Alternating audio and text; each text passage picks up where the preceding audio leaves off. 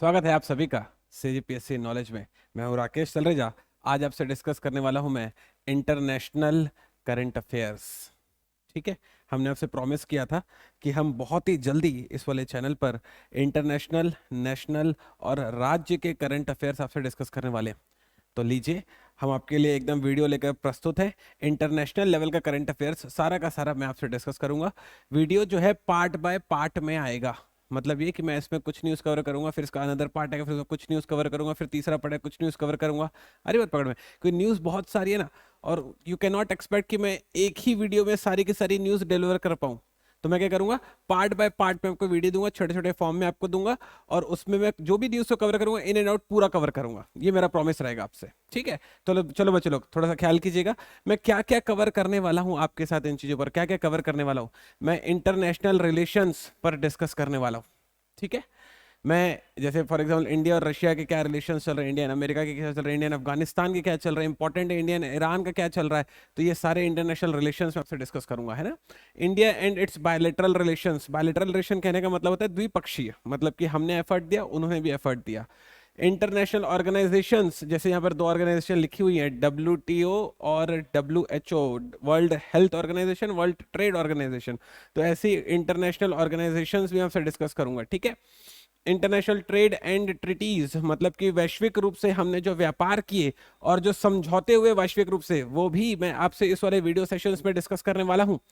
मैं और क्या डिस्कस करूंगा, रिपोर्ट्स, सर्वे एंड इंडेक्सेस। क्या होता है कि ना, भारत को अलग अलग सूचियों में रखा जाता है। कहा जाता है कि भाई भारत जो है वैश्विक रूप से ईज ऑफ बिजनेस, उसको लिस्ट बोला जाता है। तो वैश्विक रूप से व्यापार की दृष्टि से कौन से लिस्ट में, कौन से रैंक पर आता है। ऐसे क्वेश्चन आपके एग्जाम में ना बहुत सामान्य क्वेश्चन है पूछे जाने वाले।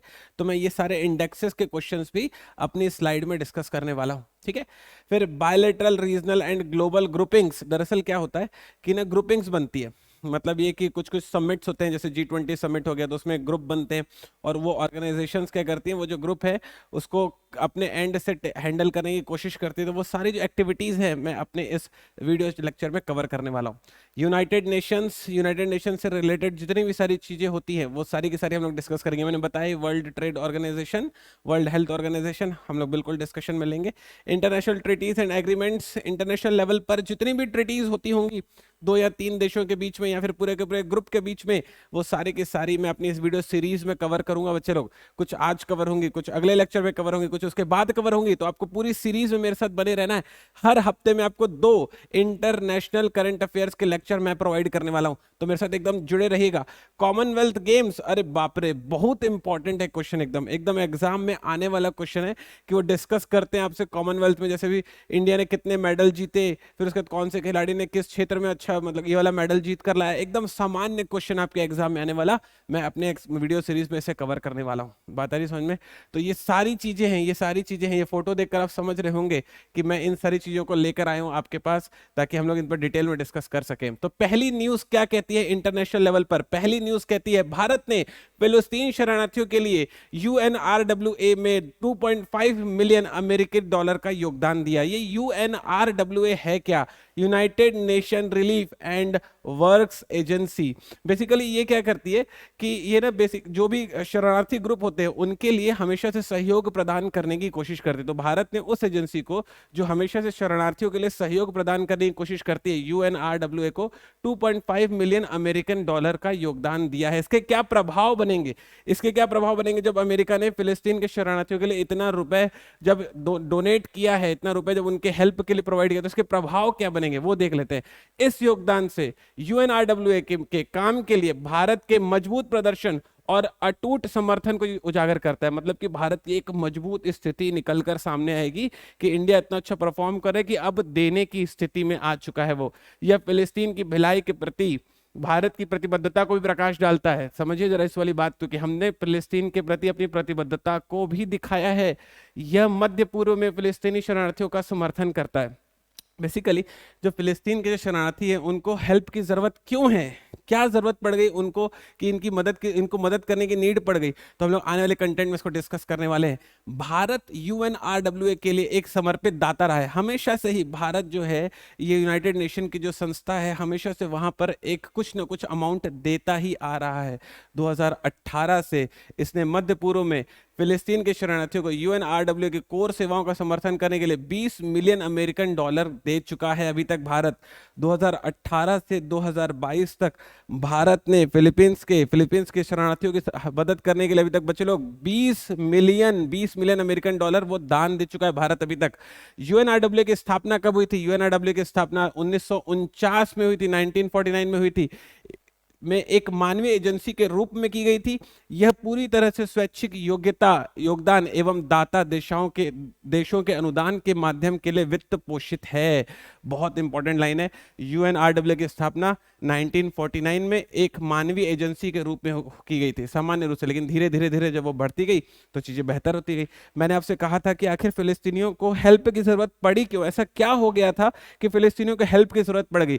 फिलिस्तीनी शरणार्थी अनिवार्य फिलिस्तीन के नागरिक हैं, जिनकी हमने हेल्प की है ना अभी अभी इतना अमेरिकन डॉलर देकर, वो दरअसल फिलिस्तीन के अनिवार्य नागरिक हैं जिन्हें 1947-49 के फिलिस्तीन युद्ध के दौरान अपने देश से निकाल दिया गया था बच्चे लोग, और भाग गए थे या फिर उनको भगा दिया गया था या फिर वो खुद भाग गए थे। इस घटना को 1948 फिलिस्तीनी पलायन के रूप में जाना जाता है। वे ज्यादातर लेबनान, कंट्री का नाम है जॉर्डन, गाजा पट्टी, सीरिया और वेस्ट बैंक के फिलिस्तीनी शरणार्थी शिविरों में रहते हैं। तो समझो बच्चे लोग, ये 1947-49 के युद्ध के समय इनको अपने देश से निकाल दिया गया था, यानी मजबूरी में भागना पड़ा था। तो उन्हें जो हेल्प की जरूरत है, कोशिश करता है इंडिया कि वो उन्हें प्रोवाइड कर सके। ये रही पहली न्यूज इंटरनेशनल करंट अफेयर्स पर। अब हम लोग चाह रहे हैं दूसरी न्यूज की तरफ। दूसरी न्यूज क्या कहती है? यूरोपीय निवेश बैंक आपदा रोधी अनुबंधी ढांचे के लिए गठबंधन, सीडीआरआई इसका फुल फॉर्म है, में हुआ शामिल। मतलब यह है कि यूरोपीय निवेश बैंक, समझिए जरा, थोड़ा पढ़ने की कोशिश कीजिए। यूरोपीय निवेश बैंक सीडीआरआई में शामिल हो चुका है। यूरोपीय निवेश बैंक सीडीआरआई में शामिल हो चुका है। सीडीआरआई क्या होता है? Coalition for disaster resilient infrastructure, मतलब कि आपदा रोधी बुनियादी ढांचे के लिए गठबंधन। मतलब कहने का यह है कि जैसे फॉर एग्जांपल कभी कभी सुनामी वगैरह आ जाते हैं या फिर जलवायु के कारण जो बदलाव होते हैं उसमें कभी बाढ़ आ जाती है या फिर कभी जो है बहुत तेज पानी गिरता है, तो कहीं कहीं जगह पर जो है बहुत जान माल का नुकसान हो जाता है। तो उन सारे के सारे जो नुकसान है उसमें क्षतिपूर्ति के लिए जो गठबंधन बनाया गया था उसका नाम था सीडीआरआई। तो ये सीडीआरआई क्या है कि भाई जलवायु में परिवर्तन के कारण जो प्राकृतिक आपदा होती है उसके कारण जो भी लोगों का नुकसान होता है उसकी क्षतिपूर्ति के लिए कोई तो संस्था हो जो हेल्प करे लोगों की उस समय पर जब उनको जरूरत है किसी मदद की। तो वो संस्था कौन है बच्चे लोग? सीडीआरआई। फुल फॉर्म क्या है? Coalition for disaster resilient infrastructure. Hindi में क्या बोलते हैं इसको? आपदा रोधी बुनियादी ढांचे के लिए गठबंधन। क्या हम लोग समझ पा रहे हैं इस बात को? तो यूरोपीय निवेश बैंक क्या है? ये दिख रहा है आपको, ये रहा यूरोपीय निवेश बैंक ईआईबी। तो यूरोपीय निवेश बैंक जो है इस गठबंधन से अब जुड़ गया है, ये है कहने का अर्थ। ठीक है, ये है आपके लिए न्यूज। यूरोपीय निवेश बैंक इस गठबंधन से जुड़ गया है। जुड़ने से क्या हो गया सर? जुड़ने से ये हुआ कि ये सीडीआरआई के सदस्यों को सलाहकार और वित्तीय सहायता प्रदान करेगा। भाई सीडीआरआई के जो भी देश होंगे जो इसके मेंबर होंगे उनको अगर हेल्प करनी है जाकर बाढ़ पीड़ितों की, तो उनके लिए मनी की जरूरत पड़ेगी ना, पैसे की जरूरत पड़ेगी ना। पैसे कहां से आएंगे? ये है वो बैंक जो वित्तीय सहायता प्रदान करना चाहता है उनको, ये है वो बैंक। आती बात समझ? तो समझो क्या कनेक्शन है जोड़ने से। जोड़ने से कनेक्शन ये है कि जो सीडीआरआई जो उद्देश्य लेकर बना था उस उद्देश्य के लिए उसको पैसों की जरूरत है, और पैसे कौन देगा? ईआईबी देगा उसको। ठीक है, ये सुनिश्चित करेगा कि कौन? यही ईआईबी सुनिश्चित करेगा कि सीडीआरआई के सदस्यों को यूरोपीय संघ के सभी प्रासंगिक पहलों से लाभ मिले। मतलब कि ईआईबी इस बात को भी ध्यान रखेगा कि जो सीडीआरआई है उसको यूरोपीय संघ के, यूरोपियन यूनियन के जितने भी कामकाज होते होंगे उसमें जितना ज्यादा फायदा मिल सके प्रोवाइड करवाएगा। आगे बढ़ रहे हैं बोलो। ईआईबी सीडीआरआई के भीतर ईआईबी सीडीआरआई के भीतर ईयू जलवायु बैंक के रूप में काम करेगा। ठीक है भाई, यह अपनी नई तैनात विकास शाखा EIB ग्लोबल के माध्यम से ज्ञान साझा करेगा। यह विकासशील मानकों और प्रमाणन पर भी अध्ययन केंद्रित करेगा जो आपदा लचीला बुनियादी ढांचे के लिए आवश्यक है। वही सामान्य सी बात बताई मैंने आपको कि जो EIB है वो बेसिकली क्या करेगा, CDRA जिस भी उद्देश्य से बना है उसके उद्देश्य की पूर्ति के लिए उसको वित्तीय सहायता प्रदान करने की कोशिश करेगा, बॉटम लाइन। ठीक है, आगे बढ़ते बच्चे लोग। अगला कंटेंट कहता है मेरे से, EIB के बारे में एक बार थोड़ा बहुत सुन लेते हैं। EIB यूरोपीय संघ का निवेश बैंक है। EIB क्या है? यूरोपीय संघ का निवेश बैंक है। यह दुनिया भर में सबसे बड़े सुपर नेशनल उधारदाताओं में से एक है। मतलब उधार बहुत बांट रहा है बच्चे। ये क्या कहते हो, नाम वाम लिखवाना है तुम्हारा, वहां मिल जाए कुछ, क्या पता वहां से। संयुक्त राष्ट्र जलवायु कार्रवाई शिखर सम्मेलन में 2019 में भारत द्वारा आपदा प्रतिरोधी बुनियादी ढांचे के लिए CDRI का लॉन्च किया गया था। अच्छा, CDRI लॉन्च कौन किया है? देखो ये लोग, कौन बता रहा है आपको? कौन बता रहा है? कौन कौन कौन कौन? भारत। कब? 2019 में। यह सदस्यों को ज्ञान और संसाधनों का साझा करने के साथ साथ संयुक्त राष्ट्र सतत विकास लक्ष्य SDG को पूरा करने के लिए देशों की मदद की अनुमति भी देता है। कौन? CDRI। चलिए आगे बढ़ते हैं अगली न्यूज की तरफ। बहुत इंपॉर्टेंट न्यूज है, एकदम एग्जाम में सीधा सीधा क्वेश्चन आता है। जो भी सैन्य अभ्यास होते हैं उस पर एग्जाम में सीधे सवाल पूछे जाते हैं। ताइवान ने हांग कुआंग सैन्य अभ्यास 2022 में किया आयोजन। आपसे एग्जाम में आया कि हांग कुआंग सैन्य अभ्यास किसने किया था? जवाब होना चाहिए ताइवान ने। आगे बात समझ में बच्चे लोग, यहाँ तक कंफर्टेबल है? लोग सुनते हैं।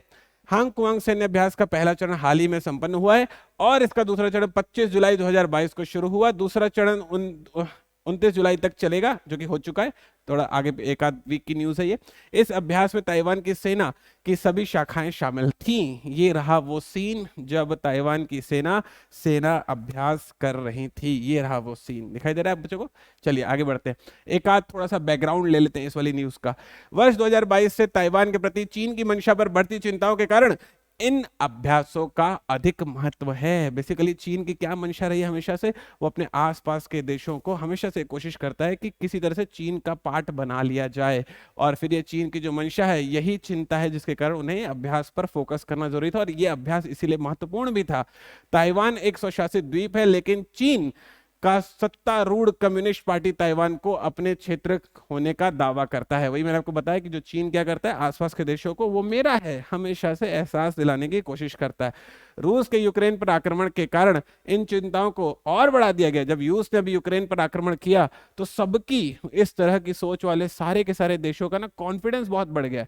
ये सोचकर कि जब रूस जाकर उसके देश में घुसकर उसको मार सकते हैं तो हम क्यों इंतजार करें, हम भी घुसेंगे। क्योंकि चीन ने ताइवान पर कब्जा करने के लिए बल का प्रयोग करने से इनकार नहीं किया। मतलब चीन ने साफ साफ बोल दिया है कि जब मौका मिला घर में घुसकर मारेंगे। चलिए आगे बढ़ते।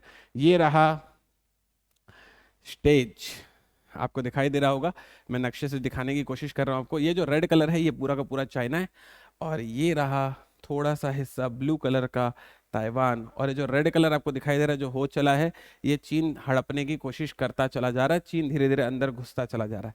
दिखाई दे रहा है चलो आपको किस तरीके से चाइना ताइवान पर हावी होता चला जा रहा है। अगली न्यूज, चौथी नंबर की न्यूज है हमारी, सार्वभौमिक मानव अधिकार के रूप में स्वच्छ स्वस्थ पर्यावरण। बहुत इंपॉर्टेंट क्वेश्चन।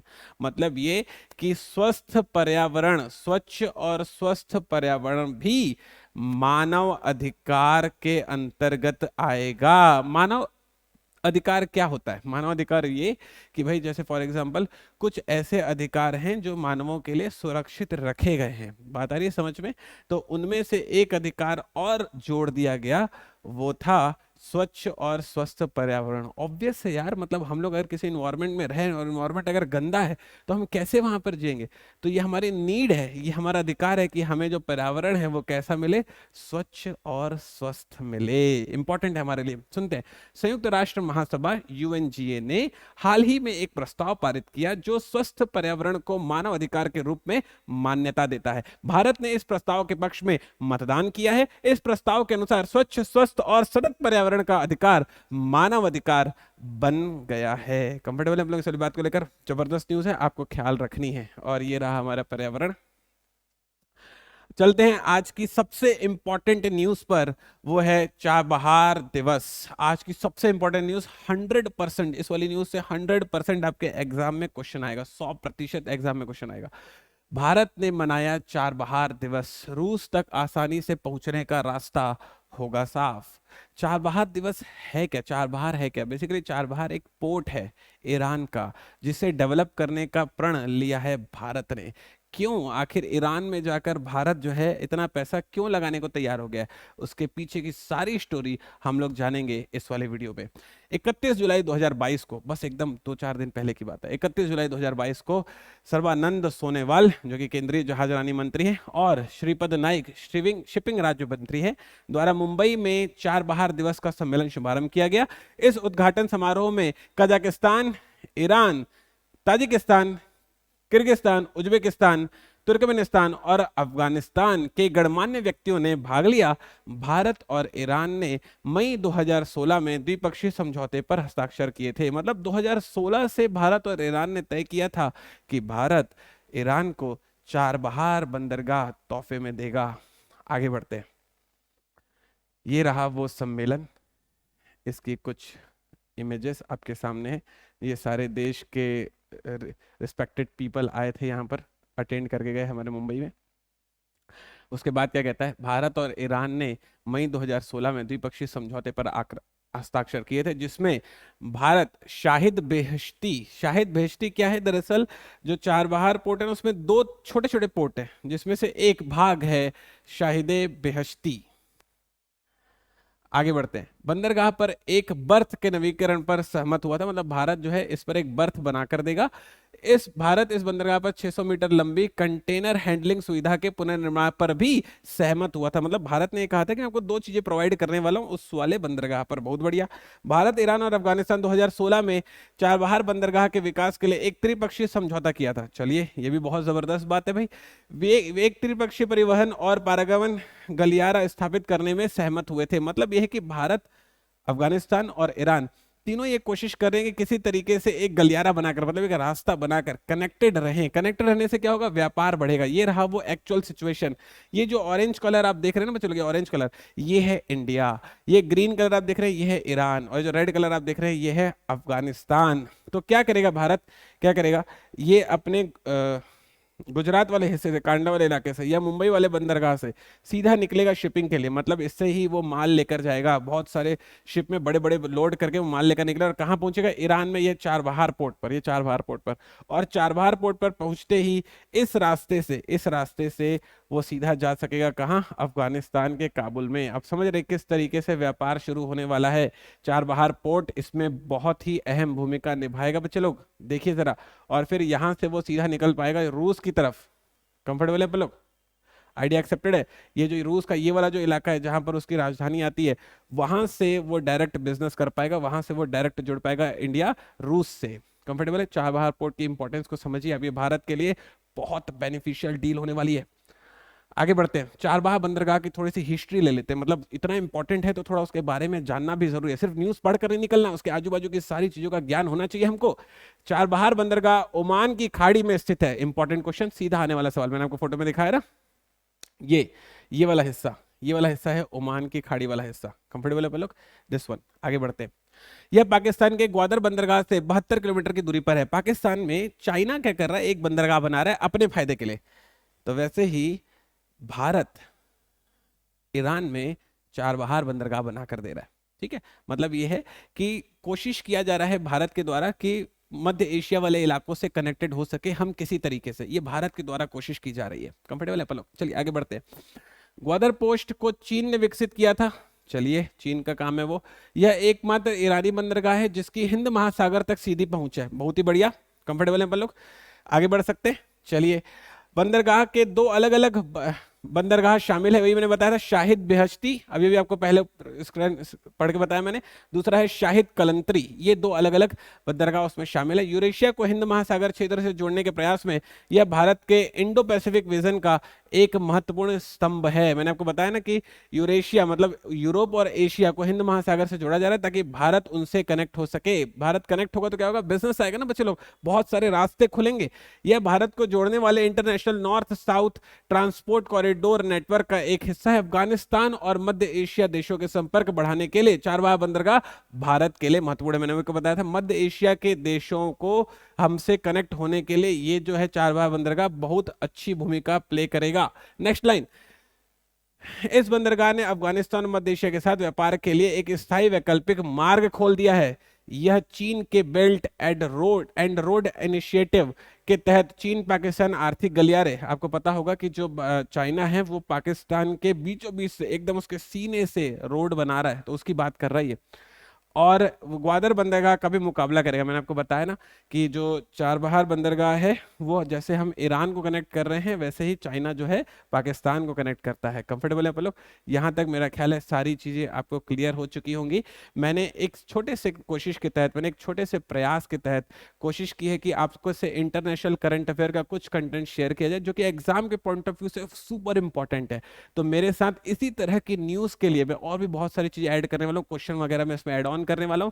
तो मेरे साथ इसी तरह की न्यूज़ के लिए इस पूरी वीडियो लेक्चर सीरीज में बने रहेगा। हफ्ते में, हर हफ्ते में 2 वीडियोस में आपको इंटरनेशनल करंट अफेयर्स के प्रोवाइड करूंगा और इसी चैनल पर आपको नेशनल करंट अफेयर और छत्तीसगढ़ से जुड़ा करंट अफेयर की भी पूरे वीडियोस प्रोवाइड किए जाएंगे। तो जल्दी मिलते हैं, बने रहिएगा।